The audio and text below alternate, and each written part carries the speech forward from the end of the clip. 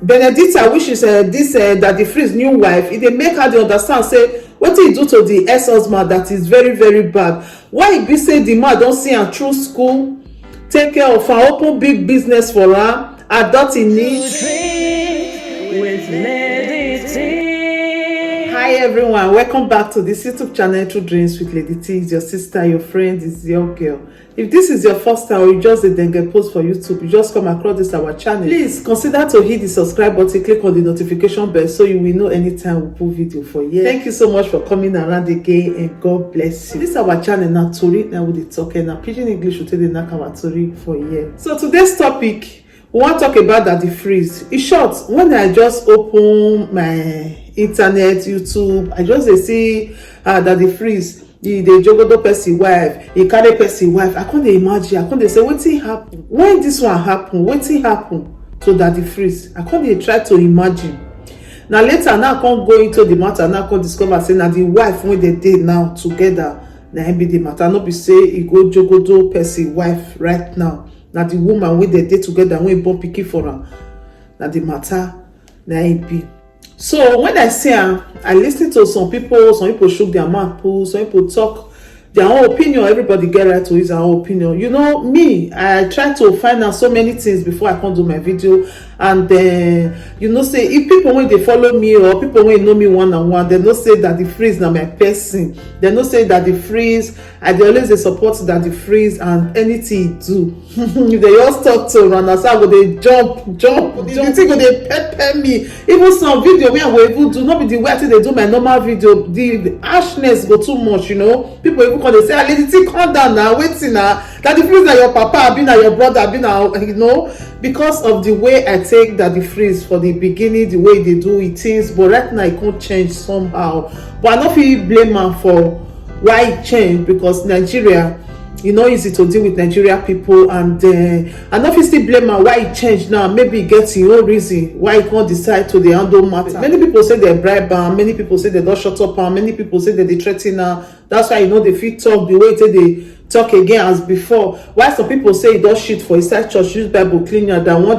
day the thing will come and I make another they feel talk again. But actually I don't know what make another they feel talk.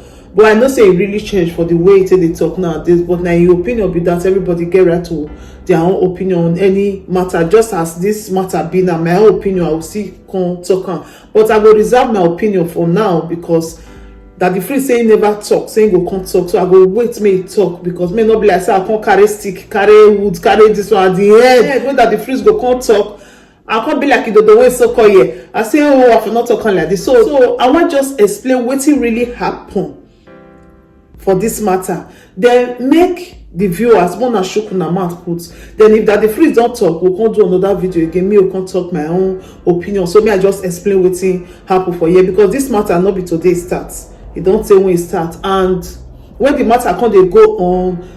Only waiting that the Freeze. Many of you would probably have been as surprised as I was to wake up one morning and see a judgment from a River State High Court.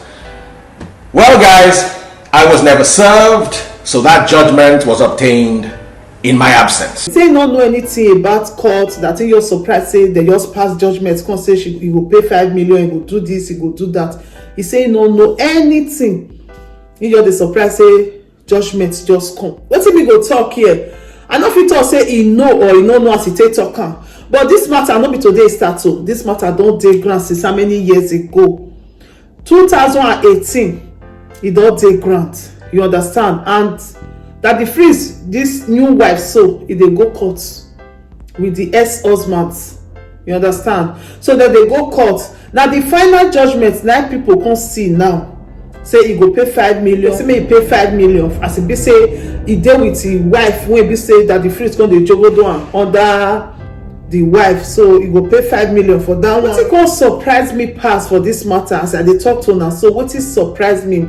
2018 when they go court, they said that the Freeze was absent for the second time, which means that the Freeze that they call her, know they go, or you know they see the letter, or Benedicta not let that the Freeze see the letter, because that the Freeze they talk now say he don't know anything, he just say they pass judgment come for him. Which means he don't know say Benedicta they go court with the ex-husband ever since, or Benedicta not let Daddy Freeze know about the court issue, say they even need Daddy Freeze for the court. That place, I no understand that place, because they say this matter don dey ground since 2018, and Daddy Freeze was absent for the second time. When this matter take start, I will just try to read some part of this story for now.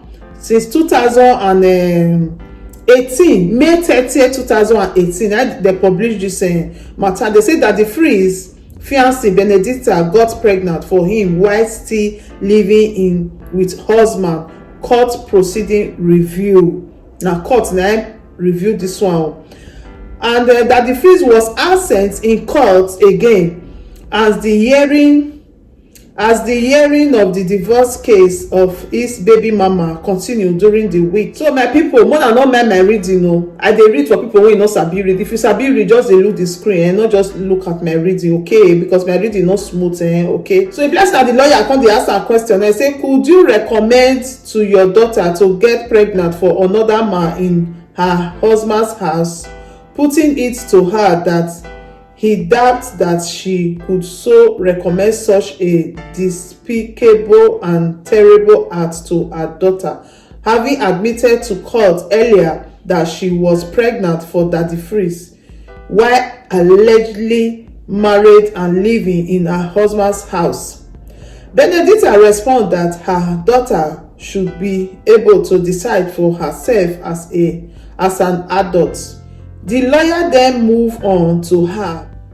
The lawyer put it to her that she is a bad woman who rewarded her husband by getting pregnant for another man in his house, despite all her husband did for her, sponsoring her through school, setting up multi-million naira businesses for her,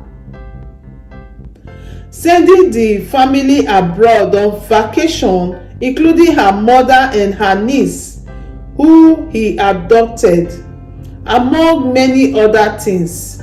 Daddy Freeze, who is the co-correspondent to the husband's cross petition, was absent the second time at the court proceeding. The case was adjourned to 27th of June of further hearing. This one na 2018. Now this thing still happen. So the Freeze say he just surprised say dem bring judgment paper come for him without him even know wetin dey happen. So the thing really surprised Daddy Freeze, but I no know that Daddy Freeze dey talk true to whether Benedicta dey hide everything from Daddy Freeze o. But media carry am. These things wey me read, so if you go to motherhood website, una go see everything when I read. Just click to the website, una go see everything when I read. Una go just see am, una see about herself say this thing don publish since 2018, and now when they don pass the judgment, because Daddy Freeze dey absent for court, na make dem pass judgment, and Daddy Freeze say he know nothing, that he just dey surprise say they pass judgment to am. Like I said before, for the beginning, I say my opinion, I no go talk am now until we hear from Daddy Freeze, because Daddy Freeze say he just surprised say they see judgment. So for him to see judgment at this time, wey be say this matter don even dey website, e no sell for website, or the wife dey hide things from her, or you know just wan pretend say you no know. So we no go just come, but come to think of it, according to the website wey for see this news 2018, so the lawyer dey tell Benedicta, which is this Daddy Freeze new wife, e dey make her dey understand say wetin e do to the ex-husband that is very very bad. Why e be say the man don see am through school, take care of her, open big business for her, adopt im niece, carry im mama and im niece and the children to go abroad for vacation. At the head, na wetin e wan take pay am be this, that e dey under a roof, e come dey with Daddy Freeze, e come even get belle for Daddy Freeze wey dem never divorce.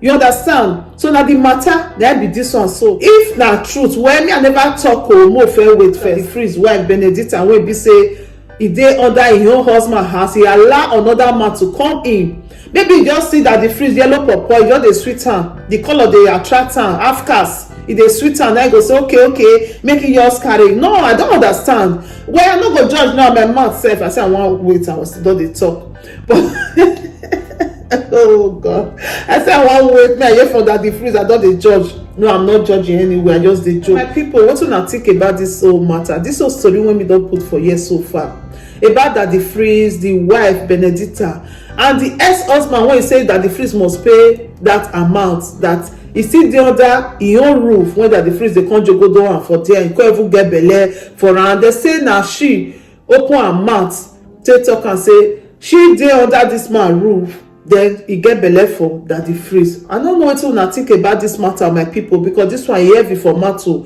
If you ask me, na who I go ask. If you ask me, na who I go ask. The matter wey you see so, e take wey e start, no be me go talk am. E heavy for mouth.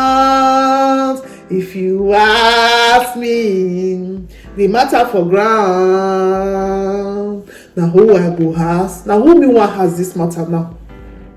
This matter wey just dey ground, so na who me wan ask? Say woman dey under man, e still dey under man, dem never separate patapata.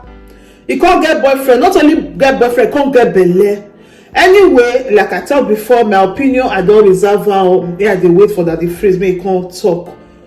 I waka for inside this matter because he say he no know why, he no know to, he just sit down brakata when they bring a judgment paper come meet am. He surprised, he say he no know. So when we hear from her, then I'll do another video. I'll come tell you na my opinion, because me I dey always stand for the truth. Because if she really do, well, we will see first. So leave your opinion down there. Your opinion is very, very important. We are not just here to talk, we are here to say story that will change life, that will touch life, that will change situation of things. If you dey share our video, you dey help us dey change life o. Because before you know say you wan chuku for outside, you fit leave the way you dey. No be say man hand still hold you, you go dey put leg for outside. That one is very, very bad. Well, I never talk o, I just dey talk until we don hear for Daddy Freeze. So thank you so much. Please don't watch this video without leaving your comment down there. Your comment is very, very important.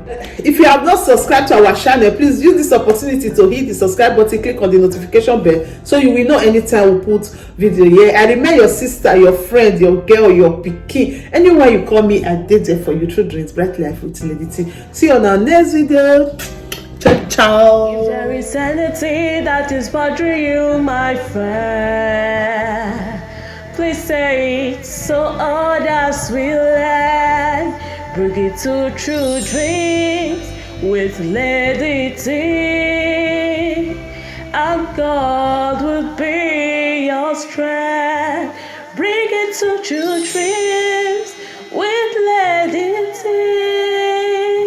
and God will see you through.